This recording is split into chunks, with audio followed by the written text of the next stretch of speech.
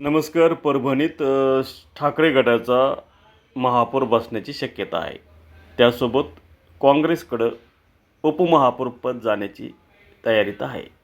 या अनुषंगाने परभणीत दोन्ही पक्षाची बैठक सुरू आहे. पण मात्र परभणीच्या या राजकारणात जगात जर्मनी आणि भारतात परभणी म्हणणाऱ्या ठाकरे शिवसेनेकडं हे महापौरपद गेल्याने या ठिकाणी मुस्लिम नगरसेवकापैकीच एखाद्या व्यक्तीला महापौर करण्याचा प्रयत्न या ठिकाणी होणार आहे.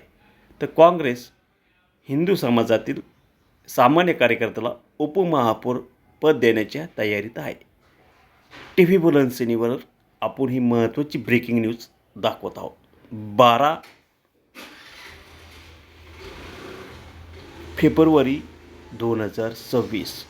तर थोड्याच वेळामध्ये बुलंदशनीचे पक्षप्रमुख संतोष कोळीपाटील मुंबईमधील बुलंदशनीचे स्थानिक पदाधिकारी कार्यकर्त्यासोबत संवाद साधणार आहे. आज ते मुंबईत जाणार होते, पण मात्र मुंबईत जाण्याचं कॅन्सल केलेलं आहे.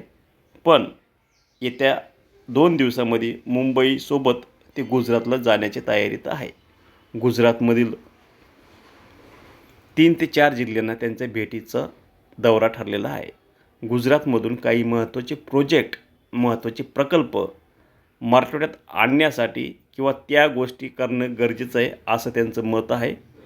आणि जालना आणि छत्रपती संभाजीनगर दोन्ही जिल्ह्याला आणि लोकसभा मतदारसंघाला त्याचा फायदा होण्याची दाट शक्यता आहे.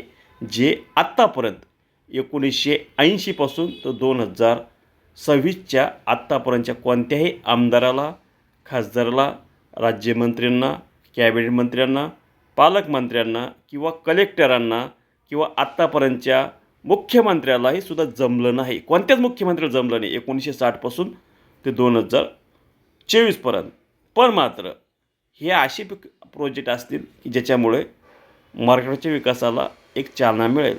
यापूर्वीचे अनेक मुख्यमंत्री यशवंतराव चव्हाण साहेबापासून ते अनेक दिग्गजांनी महाराष्ट्राच्या विकासाकरता योगदान दिलेलं आहे.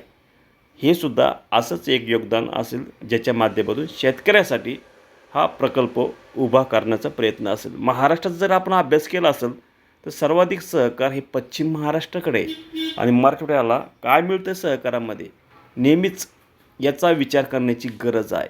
इथल्या लोकांना जनता निवडून देते, आमदाराला निवडून देते, खासदार निवडून देते, मंत्र्यांना आपण सत्ता देतो.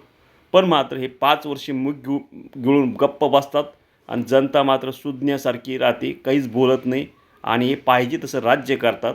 त्यामुळे मराठवाड्याचा विकास कुठंतरी ठप्प होत आहे. आणि मराठवाड्याचा विकास जर पाहायचा असेल तर नगरच्या नेवाशापासच्या पुढे गेलं तर पश्चिम महाराष्ट्राचा विकास दिसतो आहे.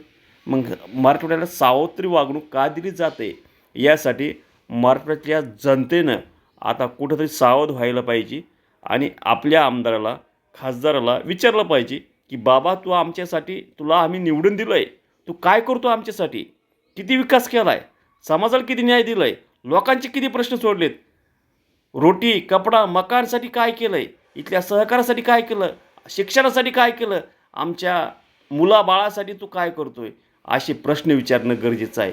तरच लोकशाहीमध्ये सामान्य माणसाच्या मताला एक अधिक महत्त्व तयार होणार आहे. टी व्ही बुलंदशनी नंबर 1 यूट्यूबवर लाईक करा. धन्यवाद.